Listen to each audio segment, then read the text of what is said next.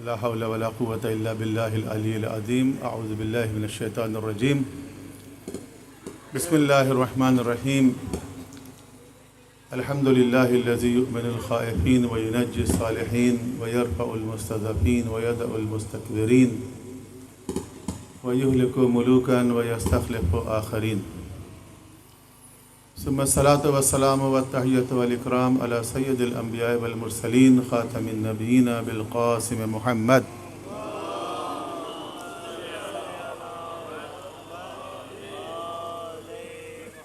وآله الطيبين الطاهرين المعصومين المظلومين الذين أذهب الله عنهم الرجس وطهرهم تطهيرا.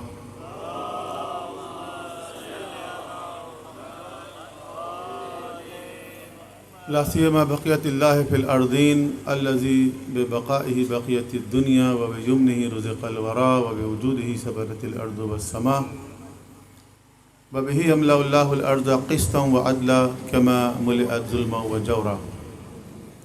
وعجل لهم اللهم ظهوره فإنهم يرونه بعيدا ونراه قريبا برحمتك يا أرحم الراحمين. صلوات على محمد وآل محمد.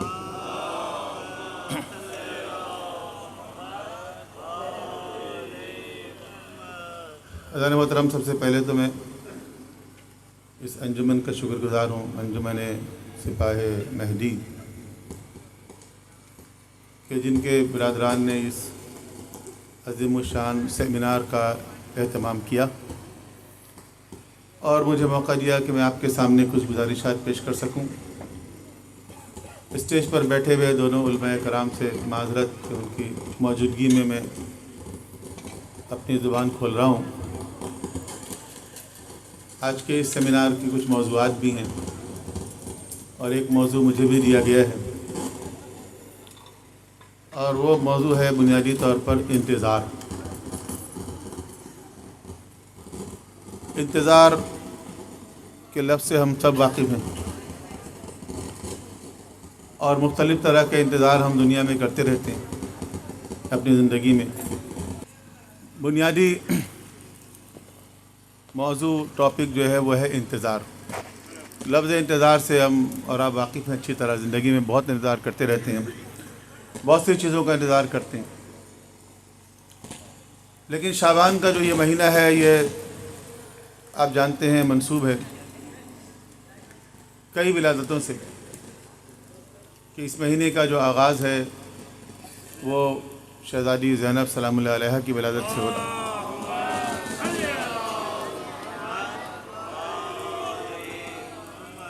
اس کے بعد سید الشہداء امام حسین علیہ السلام، اور اس کے بعد مولا عباس، پھر جناب قاسم، جناب علی اکبر. الغرض اللہ تعالیٰ نے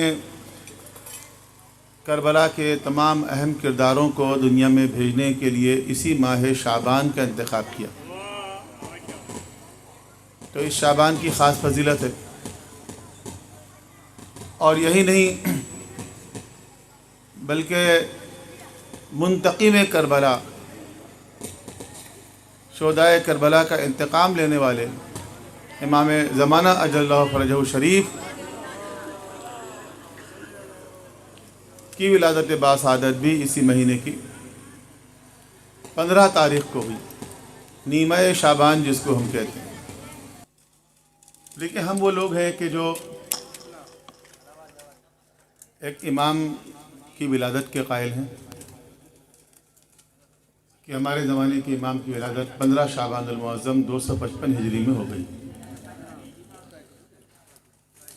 اور اس کے بعد سے لے کے آج تک آپ باقی ہیں، زندہ ہیں، موجود ہیں. اور غیبت میں پہلے 70 سال تک آپ کی غیبت ہے، اس کو غیبت صغریٰ کہتے ہیں. دوسری غیبت وہ ہے جو اس کے بعد شروع ہوئی، جس کو غیبت کبریٰ کہتے ہیں.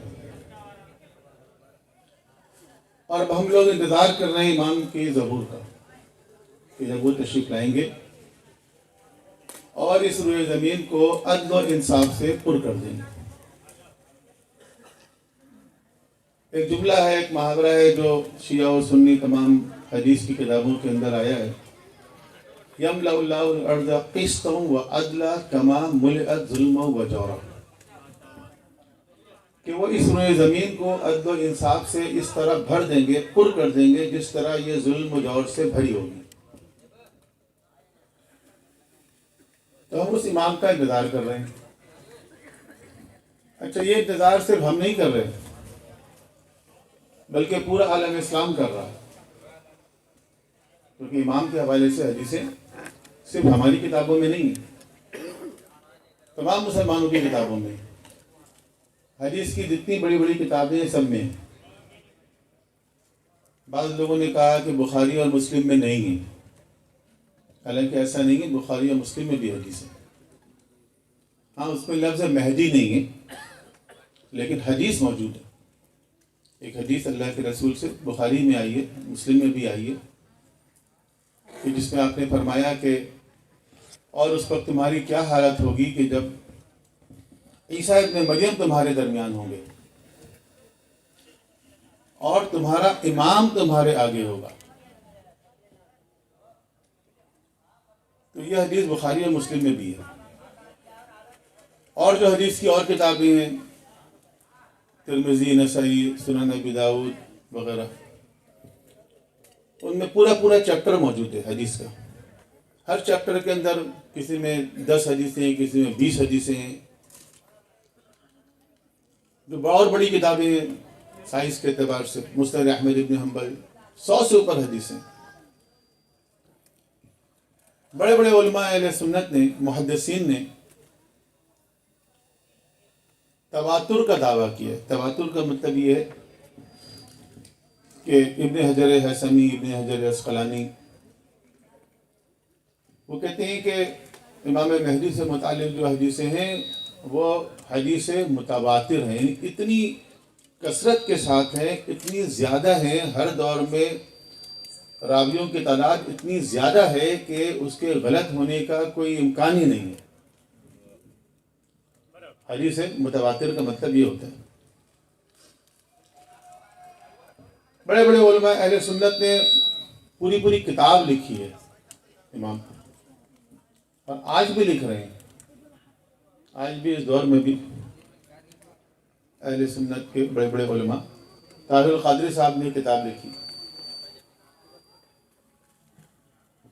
ایک ینگ اسکالر مفتی ہیں، مفتی محمد ہاشم، سندھ سے ان کا تعلق ہے، وہ ایک انسائکلوپیڈیا لکھ رہے ہیں امام زمانہ، 20 جلدیں لکھنی ہیں ان کو، اور ابتدائی کئی جلدیں آ گئی ہیں ان کے پاس، کئی جلدیں چھپ چکی ہیں اور مسلسل اس پہ کام کر رہے ہیں۔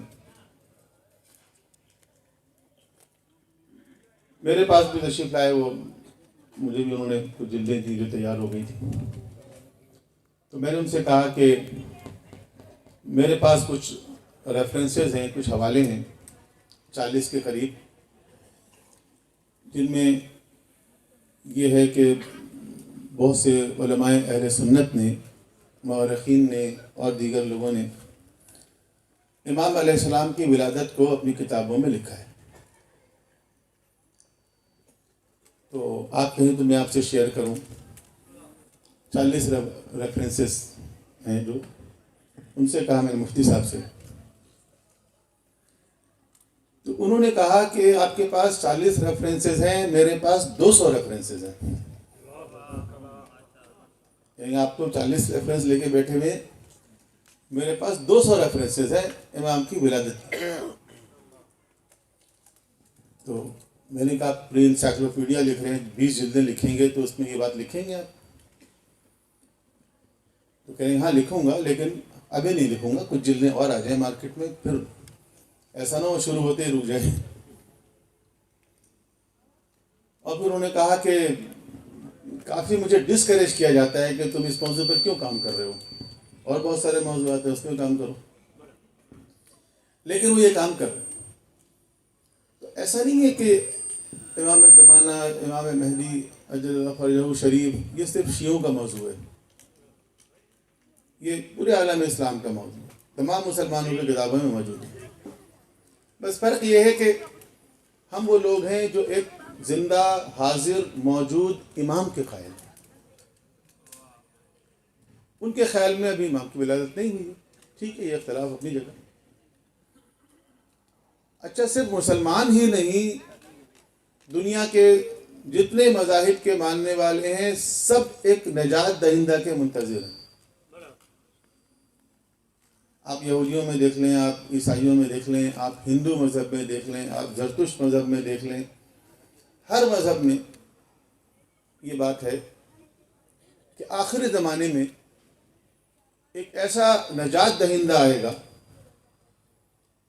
کہ جو پوری انسانیت کو، کسی ایک قوم کو، قبیلے کو، مذہب کو نہیں، پوری انسانیت کو ظلم و ستم سے نجات دلائے گا اور ایک عادلانہ معاشرہ قائم کرے گا، ایک عادلانہ نظام قائم کرے گا.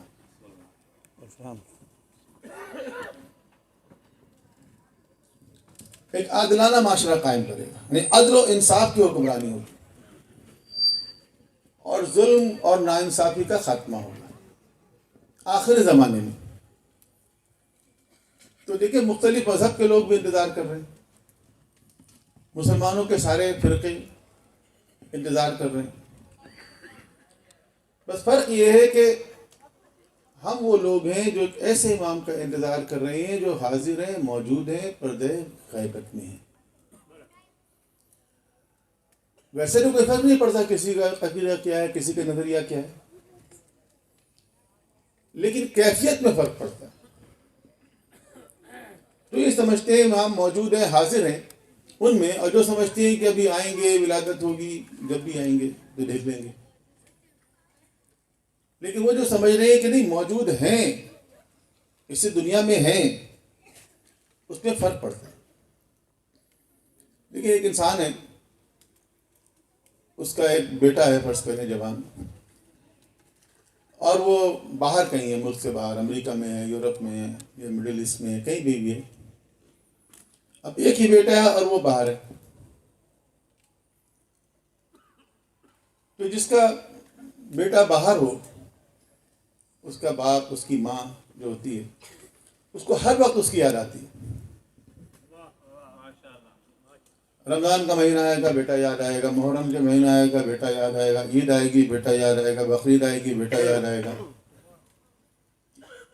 رمضان آئے گا تو بیٹا جب تھا تو ہم اس طرح افطار کرتے تھے، اس طرح بیٹھتے تھے، اس طرح شاپنگ کرتے تھے. عید آئے گی تو بیٹا یاد آئے گا، بقرعید آئے گی تو بیٹا یاد آئے گا. طبیعت خراب ہوگی، بیمار ہوگی تو بیٹا یاد آئے گا. میرا بیٹا ہوتا تو مجھے ڈاکٹر کے پاس لے جاتا، مجھے اسپتال پہنچاتا، دوائی لے کر آتا. ہر موقع پر یاد آئے گا. تو جو یہ سمجھتے ہیں کہ ان کا امام، ان کا ولی امر، ان کا ولی نعمت، حجت خدا موجود ہیں، تو اس کے اندر ایک تڑپ ہوتی ہے اور ہر موقع پر اس کو یاد آتا ہے یا یاد آنا چاہیے. تو اس تڑپ کی اس کیفیت کو ہم کہتے ہیں انتظار، کہ ہم انتظار کر رہے ہیں. اصل بعض لوگ انتظار پر اعتراض بھی کرتے ہیں، کہتے ہیں یہ کون سا مذہب ہے آپ کا، آپ لوگ بس کچھ کرتے نہیں ہیں، ہاتھ پہ ہاتھ رکھ کے انتظار کرتے ہیں. جیسے علامہ اقبال کا ایک شعر بھی ہے نا کہ ہاتھ پہ ہاتھ دھرے منتظر پردہ ہیں، کہ ہاتھ پہ ہاتھ رکھ کر، پردہ کہتے ہیں ٹمارو، مستقبل کو، کہ انتظار کر رہے ہیں کہ کوئی آسمان سے آئے گا تمہیں نجات دلانے کے لیے. خود اٹھو، خود کوشش کرو. تو انتظار کے اوپر یہ اعتراض بھی ہے کہ آپ انتظار کر رہے ہیں، کوئی اور آئے گا باہر سے اور وہ آپ کو نجات دلائے گا. تو ہمارے اس انتظار کے نظریے کے اوپر اعتراض بھی ہے. یہ اعتراض کیوں ہے؟ یہ اعتراض اس لیے ہے کہ انتظار کا صحیح معنی ہم سمجھا نہیں پائے شاید لوگوں کو، یا اپنے بچوں کو نہیں سمجھا پائے کہ انتظار کا یہ معنی ہے ہی نہیں کہ ہاتھ پہ ہاتھ دھرے بیٹھے رہو. یہ کس نے کہا انتظار کا معنی یہ ہے؟ انتظار کی مختلف شکلیں ہوتی ہیں. ایک انتظار وہ ہوتا ہے کہ جو منفی ہوتا ہے، نیگیٹو ہوتا ہے، اس کے اندر مایوسی ہوتی ہے، مایوسی والا انتظار۔ جیسے ایک مریض ہے، ڈاکٹر نے کہہ دیا ہے کہ بس اب یہ 6 مہینے سے زیادہ نہیں چلیں گے۔ ڈاکٹر سے کہتے ہیں نا بعض اوقات کہ بھائی 6 مہینے سے زیادہ نہیں چلے گا۔ اچھا، وہ بھی انتظار کر رہے ہیں، کس چیز کا انتظار؟ جیسے جیسے وقت گزر رہا ہے اس کی مایوسی بڑھ رہی ہے، 6 مہینے کے بعد مر جائے گا وہ۔ ایک مجرم ہے، اس کو سزا مل گئی ہے، جی فلاں تاریخ کو صبح 6 بجے اس کو ٹانگ دیا جائے، وہ بھی انتظار کر رہا ہے، وہ ڈیٹ آئے گی، وہ تاریخ آئے گی تو اس کو سزا ہو جائے گی، یہ بھی انتظار ہے۔ یہ جو انتظار ہے یہ مایوسی والا انتظار ہے، یہ مایوسی والا انتظار۔ ایک انتظار وہ ہوتا ہے کہ جو امید والا انتظار ہوتا ہے، اس میں مایوسی نہیں ہوتی۔ ایک اچھا طالب علم، اس نے امتحان دیا، اس کو رزلٹ کا انتظار ہے، وہ سمجھ رہا ہے جب بھی رزلٹ آئے گا تو میں اگلی کلاس میں جاؤں گا، اس کو امید ہے، اچھی امید ہے، اس نے اچھا امتحان دیا کہ اگلی جیسے رزلٹ آئے گا تو میں اگلی کلاس میں جاؤں گا۔ یہ انتظار وہ ہے جس میں امید ہے، مایوسی نہیں ہے۔ لیکن ایک انتظار اور ہے، اس کے اندر صرف امید نہیں ہے، امید کے ساتھ ساتھ حرکت بھی ہے، کوشش بھی ہے۔ صرف امید نہیں، امید کے ساتھ ساتھ کچھ کام بھی ہے، کوشش بھی۔ ایک طالب علم ہے، اس نے فرض کریں کہ انٹر کا امتحان دیا، اچھے نمبر اس کے آ گئے۔ اب جب نمبر آ گئے تو اب وہ انتظار کر رہا ہے کہ اس کے بعد میڈیکل یونیورسٹی کا یا انجینئرنگ یونیورسٹی کا جب داخلے کا ٹیسٹ ہوگا تو میں اس میں اپیئر ہوں گا، مجھے ایڈمیشن چاہیے۔ اب اس کو امید بھی ہے کہ میرے نمبر بھی اچھے ہیں اور میں یونیورسٹی کا ٹیسٹ دوں گا اور انشاءاللہ ایڈمیشن ہو جائے گا، میرا انجینئرنگ یونیورسٹی میں ہو جائے گا یا میڈیکل میں ہو جائے گا، میں ڈاکٹر بن جاؤں گا، میں انجینئر بن جاؤں گا، یہ امید ہے نا اس کو۔ تو وہ طالب علم جو میڈیکل کے ٹیسٹ کا انتظار کر رہا ہے وہ ہاتھ پہ ہاتھ دھرے نہیں بیٹھے گا، وہ اس کی تیاری کرے گا۔ وہ امید تو ہے، امید کے ساتھ ساتھ کوشش بھی ہے، اس میں حرکت بھی، تو وہ ہاتھ پہ ہاتھ رکھ کے نہیں بیٹھے گا کبھی، وہ تیاری کرے گا، وہ پریپریشن کرے گا، اس کو ٹیسٹ دینا ہے، ایڈمیشن لینا ہے۔ تو دیکھیے امام زمانہ کے انتظار کے بارے میں مشہور حدیث ہے اللہ کے رسول کی کہ افضل العبادہ الانتظار الفرج، کہ انتظار فرج، امام کے ظہور کا انتظار بہترین عبادت ہے، بہترین عبادت۔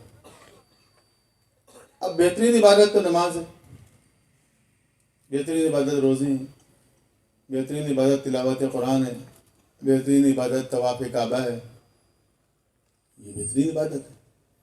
لیکن صرف انتظار کو اگر کہا جا رہا ہے بہترین عبادت ہے تو وہ کون سا انتظار ہوگا؟ مایوسی والا انتظار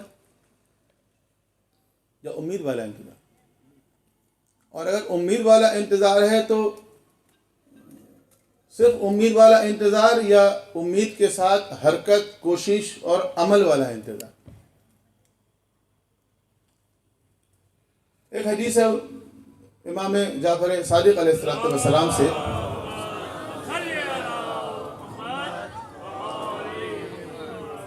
جس میں غیبت امام میں امام کا جو انتظار کرنے والا ہے اس کے لیے مختلف طرح کی مثالیں بیان کی گئی ہیں کہ انتظار کرنے والا ایسا ہے جیسے پیغمبر اکرم کے ساتھ مل کے میدان جنگ میں جہاد کرنے والا، انتظار کرنے والا ایسا ہے جیسا کہ میدان جنگ میں اللہ کے رسول کے خیمے میں رہنے والا، انتظار کرنے والا ایسا ہے جیسے اللہ کی راہ میں اپنی جان قربان کرنے والا۔ کچھ 4 5 6 مثالیں اس کے اندر آئی ہیں، اور اہم بات یہ ہے کہ یہ جو مثالیں ہیں نا، یہ ساری کی ساری مثالیں جہاد اور شہادت کی۔ یہ نہیں کہا کہ انتظار کرنے والا ایسا ہے جیسے مسجد میں نماز پڑھنے والا، انتظار کرنے والا ایسا ہے جیسے خانہ کعبہ کا طواف کرنے والا، انتظار کرنے والا ایسا ہے جیسے تسبیح پڑھنے والا نہیں. انتظار کرنے والا جو ہے وہ ایسا ہے جیسے شہید راہ خدا ہے یا مجاہد راہ خدا ہے. یعنی انتظار جو ہے زمانے غیبت جو ہے وہ ایک مومن کے لیے میدان جہاد ہے، میدان کارزار ہے. آسان نہیں ہے. یہ جو اتنی بڑی بڑی باتیں آئی ہیں یہ کیوں آئی ہیں؟ کیونکہ جس چیز کو ہم کہہ رہے ہیں نا انتظار، یہ انتظار ایک بہت بڑا ایجنڈا ہے. یہ ایک بہت بڑا ایجنڈا ہے. دیکھیں آپ سب جانتے ہیں، ایسی بات نہیں کہ نئی بات کر رہا ہوں میں، لیکن ہمارے ذہن میں اس کی اہمیت کتنی ہے. مثال کے طور پر میں نے آپ کے سامنے ایک جملہ کہا، اور یہ جملہ میں نے عرض کیا کہ حدیث کی اکثر کتابوں میں ہے، شیعوں میں بھی ہے، سنیوں میں بھی ہے، کہ یملا اللہ الارض قسطا وعدلا کما ملئت ظلما وجورا. ٹھیک ہے، میں نے خطبے میں بھی پڑھا اس کو، کہ وہ اس روئے زمین کو پوری زمین کو، ایک ملک ایک ریاست کو نہیں، ایک خطۂ زمین کو نہیں، اس پوری روئے زمین کو عدل و انصاف سے بھر دیں گے جس طرح وہ ظلم و جور سے بھری ہوگی. ٹھیک ہے، یہ سنا ہوا جملہ، کوئی نئی بات تو نہیں ہے. لیکن اس کے اوپر ذرا غور کریں، اس کا مطلب کیا ہے؟ اس کا مطلب یہ ہے کہ پوری دنیا میں ایک عادلانہ نظام لے کر آئیں گے اور پوری دنیا سے یہ جو ظالمانہ نظام ہے اس کا خاتمہ کریں گے. یہ ہے نا مطلب بھی بات ہے. اب دیکھیں اتنا بڑا ایجنڈا آپ کے پاس ہے کہ پوری دنیا سے ظالمانہ نظام کا خاتمہ اور اس کی جگہ ایک عادلانہ عالمی عادلانہ نظام کا قیام. یہ کتنا بڑا کام ہے. تو یہ کام کیا آسانی کے ساتھ ہو جائے گا؟ ہمارا کیا خیال ہے کہ ایک ہوا چلے گی اور سارے دنیا کے ظالم جابر فاسق فاجر نیست و نابود ہو جائیں گے اور وہ عادلانہ نظام آ جائے گا اور ہم ڈپٹی کمشنر لگ جائیں گے یہاں کے؟ شاید یہ ہم سمجھ رہے ہیں اتنا آسان ہے. تو ایسا نہیں. یہ کام جو ہے وہ کسی معجزے سے نہیں ہوگا. یہ کام معجزے سے نہیں ہوگا. دیکھیں امام جو ہمارا عقیدہ امامت ہے اس کے مطابق امامت جو ہے وہ ایک الہی منصب ہے. جیسے نبوت ایک الہی منصب ہے، رسالت ایک الہی منصب ہے، امامت بھی ایک الہی منصب ہے. اور جو الہی منصب کا حامل ہوتا ہے وہ معجزہ بھی دکھا سکتا ہے نا. تو امام بھی معجزہ دکھا سکتے ہیں اور دکھائیں گے. لیکن وہ نبی ہوں یا رسول ہوں یا امام، وہ معجزے سے زمانے کے حالات کو نہیں بدلتے. معجزہ جو ہے وہ ان کی نبوت، ان کی رسالت، ان کے امامت کی ایک نشانی ہے. معجزے کو قرآن میں آیت کہا گیا. آیت کا مطلب نشانی. وہ نشانی یعنی ان کی پہچان کا، ان کی شناخت کا ایک ذریعہ معجزہ ہے. ٹھیک ہے. موسیٰ علیہ السلام جب فرعون کے سامنے آئے اور انہوں نے کہا کہ رب العالمین نے مجھے رسول بنا کے بھیجا ہے قرآن میں، تو فرعون نے کہا کہ کوئی نشانی لے کر آئے ہو. فرعون بھی بڑا ہوشیار تھا. اس نے کہا کوئی نشانی لے کر آئے ہو. موسیٰ علیہ السلام نے 2 نشانیاں پیش کر دی فوراً. ایک ان کے ہاتھ میں عصا تھا، ڈنڈا، اور انہوں نے پھینکا، وہ سانپ بن گیا، اژدہا بن گیا. دوسرے انہوں نے ایسے ہاتھ نکال کے ایسے دکھایا، اس کے اندر سے بہت تیز روشنی نکلی. 2 معجزے انہوں نے فرعون کو اسی وقت دکھا دی. ایک وہ ڈنڈا جو سانپ بن گیا، انگریزی میں کہتے ہیں دی کیرٹ اینڈ دا اسٹک. دونوں چیزیں دکھا دی. جلال بھی دکھا دیا، جمال بھی دکھا دیا. ٹھیک ہے. اچھا، اب فرعون جو تھا وہ بھی انسانی تھا ظاہر، وہ کہتا تو تھا انا ربکم الاعلی، لیکن تھا تو انسانی نا۔ اب ایک انسان چاہے جتنا بھی اپنے آپ کو بڑا سمجھتا ہو، اس کے سامنے اچانک سانپ آ جائے تو اس کی کیا حالت ہوگی سوچیں۔ اب خدا نہ خواستہ یہاں سانپ نکل آئے، اب یہ پروگرام ختم ہو جائے گا۔ اور وہ سانپ بھی کسی وہ بل سے نکل کے نہیں آیا ہے، ابھی ابھی انہوں نے اپنا عصا پھینکا، ڈنڈا پھینکا اور وہ سانپ بن گیا۔ تو فرعون کی کیا حالت ہوئی ہوگی آپ سب دھندے لیں۔ تو قرآن میں جہاں پر یہ واقعات لکھے ہوئے ہیں وہاں پر فرعون کا کوئی جملہ نہیں ہے، فرعون کی بس زبان بند ہو گئی۔ اور آس پاس والوں نے کہا کہ یہ تو بڑا زبردست جادوگر ہے بھائی، انہوں نے معجزے کو جادو کہہ دیا۔ اچھا، موسیٰ علیہ السلام نے تو دکھا دیا معجزہ اور یہ بتا دیا کہ مجھے واقعی رب العالمین نے بھیجا ہے، ٹھیک ہے۔ اب یہاں میں کہتا ہوں ایک جملہ کہ موسیٰ علیہ السلام جو ہے وہ ایک آسان کام کر لیتے، شارٹ کٹ، اور وہ یہ کہ جیسے وہ سانپ بنا، موسیٰ علیہ السلام ایک اشارہ کرتے سانپ کو ایسے، اور سانپ جا کے فرعون کو کاٹ لیتا، ڈس لیتا۔ جب سانپ ڈس لیتا فرعون وہیں گر جاتا، مر جاتا۔ اگر سانپ کے ڈسے کہاں سے بچے گا؟ ابھی موسیٰ علیہ السلام کا سانپ، معجزے سے بنا ہوا سانپ، فرعون صاحب وہیں گر ڈھیر ہو جاتے۔ موسیٰ علیہ السلام فرعون کو اٹھاتے، اس کے سیٹ سے سائڈ میں ڈالتے اور خود بیٹھ جاتے اس سیٹ پر، اور کہتے عزیز ہم وطنوں 90 دن میں الیکشن کرا دوں گا۔ پھر کون پوچھتا ہے بھلا کرائیں نہ کرائیں، 11 سال تک بیٹھے رہیں۔ لیکن موسیٰ علیہ السلام نے ایسا نہیں کیا، موسیٰ علیہ السلام نے ایسا نہیں کیا، یعنی معجزے سے فرعون کو نہیں ہٹایا۔ اور پھر بعد میں پوری تحریک چلی، پھر مسائل ہوئے، پھر کرتے کرتے کرتے آخر میں کہیں جا کے دریائے نیل میں فرعون غرق ہوا اور موسیٰ علیہ السلام پار ہو گئے۔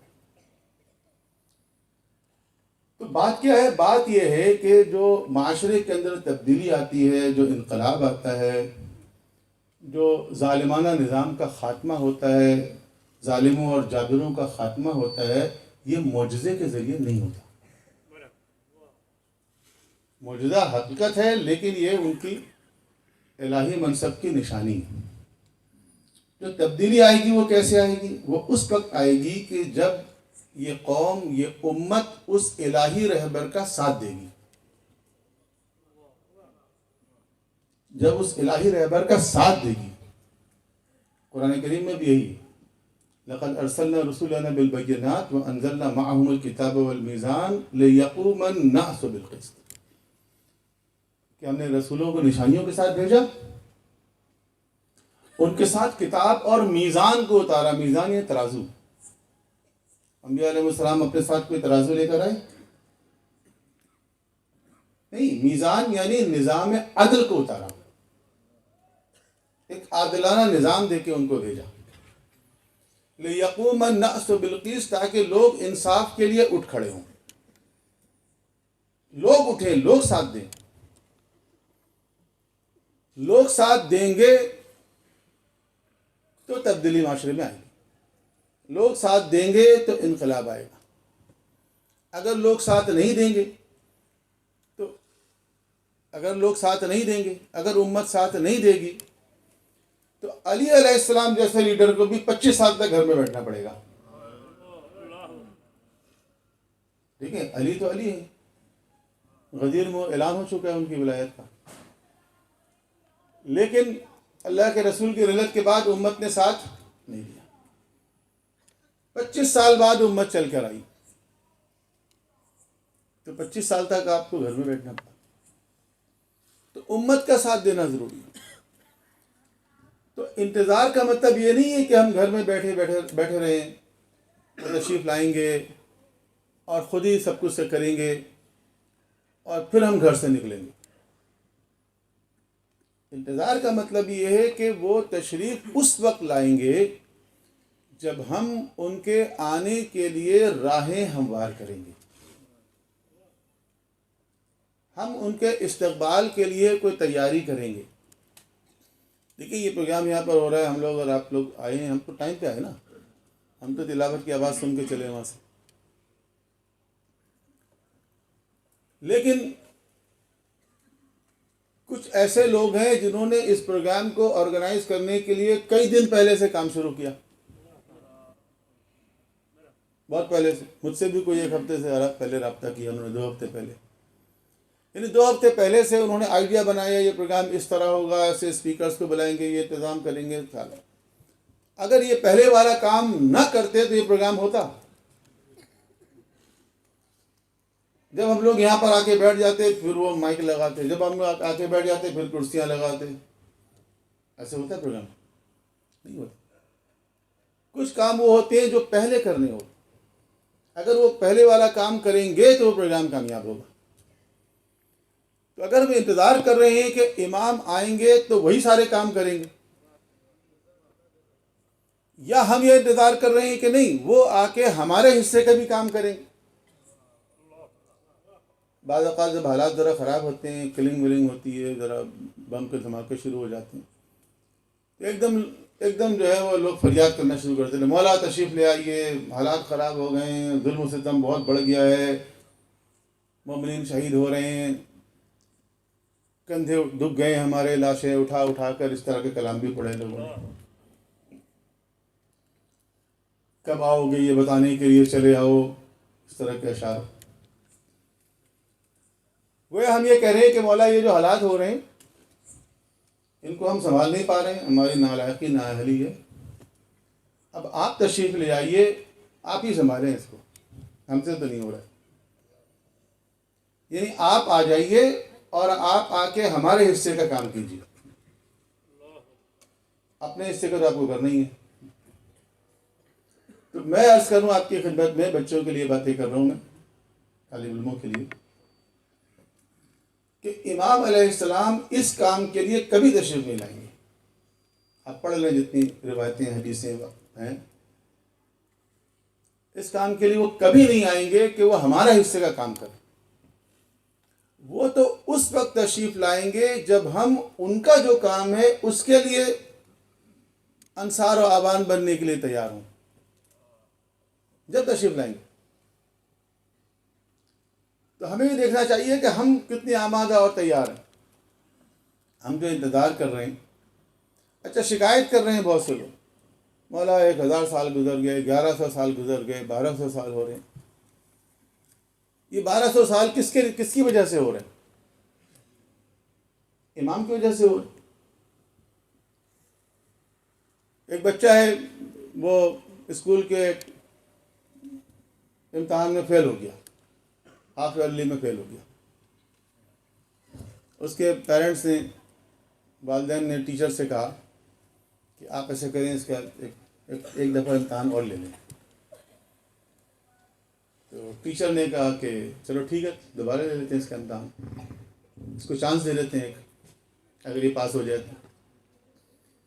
بچے سے کہا بیٹا دیکھو یہ جو لیسن ہے نا یہ تم یاد کر لو دوبارہ، اور جس دن تیاری ہو جائے، جس دن یاد ہو جائے، اس دن آ کے مجھے بتانا، میں تمہارا امتحان لے لوں گا۔ اچھا آواز آ رہی ہے آپ لوگوں کو؟ تو ٹیچر نے کہا کہ جس دن یاد ہو جائے اس دن آ کے مجھے بتانا اور میں ٹیسٹ لے لوں گا۔ اب جناب 1 مہینہ گزر گیا، ٹیسٹ نہیں ہوا، 2 مہینے گزر گیا، ٹیسٹ نہیں ہوا، 4 مہینے گزر گیا، ٹیسٹ نہیں ہوا۔ ایک دن اس کے والد نے آ کے ٹیچر سے کہا کہ سر وہ ہم نے آپ سے ریکویسٹ کی تھی کہ آپ اس بچے کا ٹیسٹ لے لیں، آپ نے لیا ہی نہیں، 6 مہینے گزر گئے۔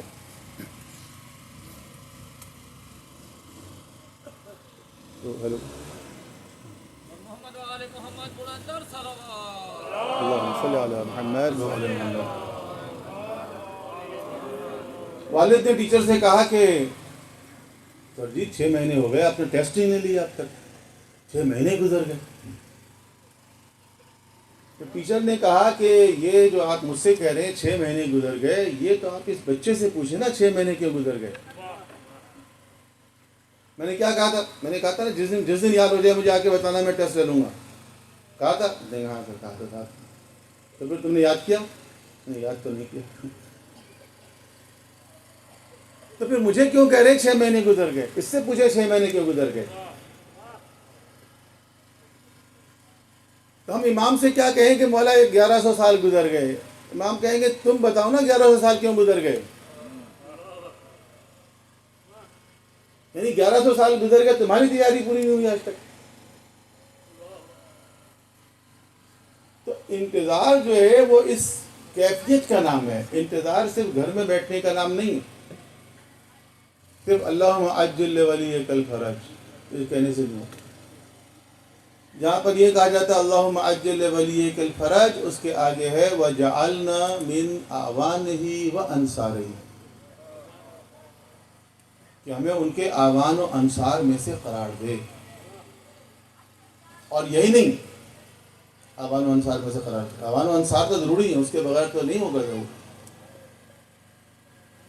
لیکن پہلے امام سے لے کے 11ویں امام تک جتنے مسائل رہے ہیں وہ کیوں رہے؟ پھر میں نے عرض کیا کہ مولا علی 25 سال گھر میں بیٹھے رہے، کیوں؟ انصار و اعوان کی کمی۔ جناب سیدہ کے گھر کو آگ لگا دی گئی، کیوں؟ اگر کچھ لوگ آگ لگانے کے لیے آئے تھے، کچھ سامنے کھڑے ہو جاتے 100 افراد کہ ہم اس گھر کو نہیں جلانے دیں گے، آتے نا اسی شہر میں، اس گھر کی عظمت کو جانتے تو تھے لوگ، کیوں نہیں آئے نکل؟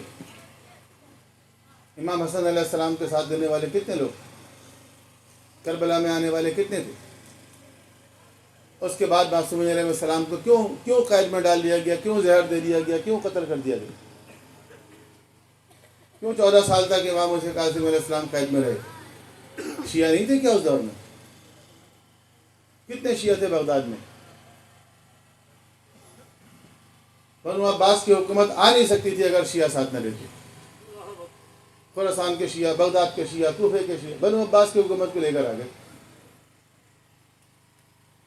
امام ان کے ولی نعمت، ان کا اولو الامر، وہ ظالم کے قید خانے میں وہ مست ہے، ان کو فکر ہی نہیں۔ جب شہید ہو گئے، جب ان کے لاش جنازے کو لا کے بغداد کے پل پہ رکھ دیا گیا، اب شیعوں کی غرض جاگی، اب جا کے جنازہ لا کے دفن کر دیا۔ تو پہلے امام سے لے کے 11ویں امام تک کیا ہوا؟ انصار اعوان کی کمی۔ امام زمان غیبت میں کیوں گئے؟ انصار اعوان کی کمی۔ ظہور میں تاخیر کیوں ہو رہی ہے؟ انصار اعوان کی کمی۔ اب وہ نہیں ہوگا جو پہلے امام سے لے کے 11ویں امام تک۔ اب خداوند عالم خود دیکھ رہا ہے کہ انصار اعوان پورے ہوئے نہیں ہوئے، اور جس دن وہ تعداد پوری ہو جائے گی خداوند عالم خود اذن ظہور عطا فرمائے گا کہ آپ ظاہر ہو جائیں گے۔ اور میں اس کا یہی نہیں ہے انصار و اعوان، وَجَعَلْنَا مِنْ أَنصَارِهِ وَأَعْوَانِهِ وَجَعَلْنَا مِنَ الْمُسْتَشْهَدِينَ بَيْنَ يَدَيْهِ، اور ہمیں ان لوگوں میں سے قرار دے جو ان کے ساتھ شامل ہو کے جہاد کرتے ہوئے راہ خدا میں اپنی جان قربان کرنے والے، ان کے آس پاس کٹ کٹ کے گرنے والوں، ایسے چاہیے، ایسے منتظر چاہیے، ایسے انتظار کرنے والے جب ہوں گے، اور یہ خدا دیکھ رہا ہے، اب یہ دیکھ رہا ہے خدا خود کہ ایسے تیار ہوئے نہیں ہوئے، اور جب تیار ہو جائیں گے خدا حکم عطا فرمائے گا کہ آپ ظاہر ہو جائیں گے۔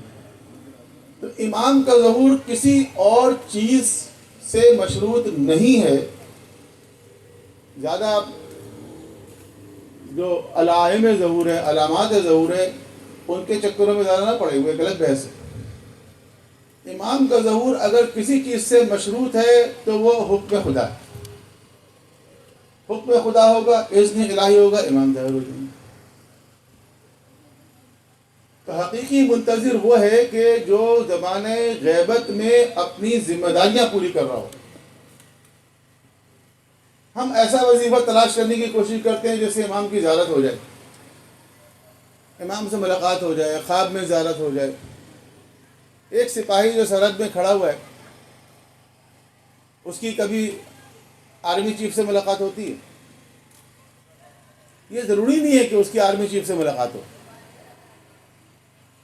اس کا اصل کام یہ ہے کہ جو ڈیوٹی اس کو دی گئی ہے وہ کرے، بس اپنی ڈیوٹی انجام دے ایمانداری سے. ایک فوج کا سربراہ اپنی فوج سے کہتا ہے، آخری بات کر کے ختم کرو ورنہ بات تو بہت لمبی ہے. ایک فوج کا سربراہ اپنے سپاہیوں سے کہتا ہے کہ تم لوگ اپنی تیاری مکمل رکھو، ریڈی رکھو، اور میں ذرا جا رہا ہوں ہیڈ کوارٹر، وہاں سے میں واپس آؤں گا خاص ہدایت لے کر، اور پھر اس کے بعد ہم ایک فائنل حملہ کریں گے، بڑا حملہ، ٹھیک ہے. اور پھر وہ کمانڈر جو ہے وہ چلے جاتے ہیں، ہیڈ کوارٹر چلے جاتے ہیں. اب سپاہیوں کا کیا کام ہے؟ سپاہیوں کا کام یہ ہے کہ الرٹ رہیں، ریڈی رہیں کہ جیسے ہی کمانڈر آئے گا اس کے بعد ایک فائنل بیٹل، ایک فائنل مقابلہ ہوگا، ٹھیک ہے. اب کمانڈر جب چلا گیا، سپاہیوں نے کہا کہ ہمارے کمانڈر تو اب گئے. ہم ایسا کرتے ہیں کہ 2 ٹیم بنا لیتے ہیں اور کرکٹ شروع کر دیتے ہیں. کوئی کہتا ہے اچھا ہم لوگ ایسا کرتے ہیں فٹ بال کھیلنا شروع کر دیتے ہیں. جیسا کوئی کہتا ہے ایسا کرتے ہیں کہ ہم لوگ کوئی گانے بجانے شروع کر دیتے ہیں. چوتھا کہتا ہے ہم تو بھائی سونے کے لیے جا رہے ہیں، بہت دنوں سے نیند پوری ہوئی. اب اگر کمانڈر آ کر دیکھتا ہے کہ یہ جو میرے سپاہی ہیں یہ کچھ کرکٹ کھیل رہے ہیں، کچھ فٹ بال کھیل رہے ہیں، کچھ گانے سن رہے ہیں، کچھ سوئے ہوئے ہیں، کچھ مست ہیں، ان سپاہیوں کے ساتھ جو حملہ کرے گا، ان سپاہیوں کے ساتھ وہ آخری فائنل مقابلہ ہوگا. ٹھیک ہے، مجھے تو الرٹ سپاہی چاہیے، ایسے چاہیے جو بالکل ریڈی ہوں، ادھر سے آرڈر آئے فائر تو فائر. اگر وہ سپاہی سو رہے ہیں، مست ہیں، کھیل کود میں لگے ہوئے ہیں اور بہت سارے خرافات میں لگے ہوئے ہیں، پتہ نہیں کن کن خرافات میں پڑ گئی ہیں لوگ، کن کی چیزوں میں نوجوانوں کو ڈال دیا گیا.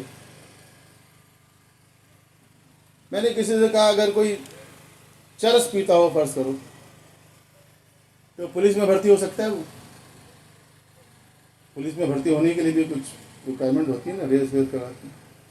نہیں، پولیس میں تو نہیں لے سکتے چرس پینے والے. تو چرس پینے والا جب پولیس کے سپاہی نہیں بن سکتا تو امام زمانہ کے سپاہی کیسے بن سکتا ہے؟ سوچنے کی بات ہے.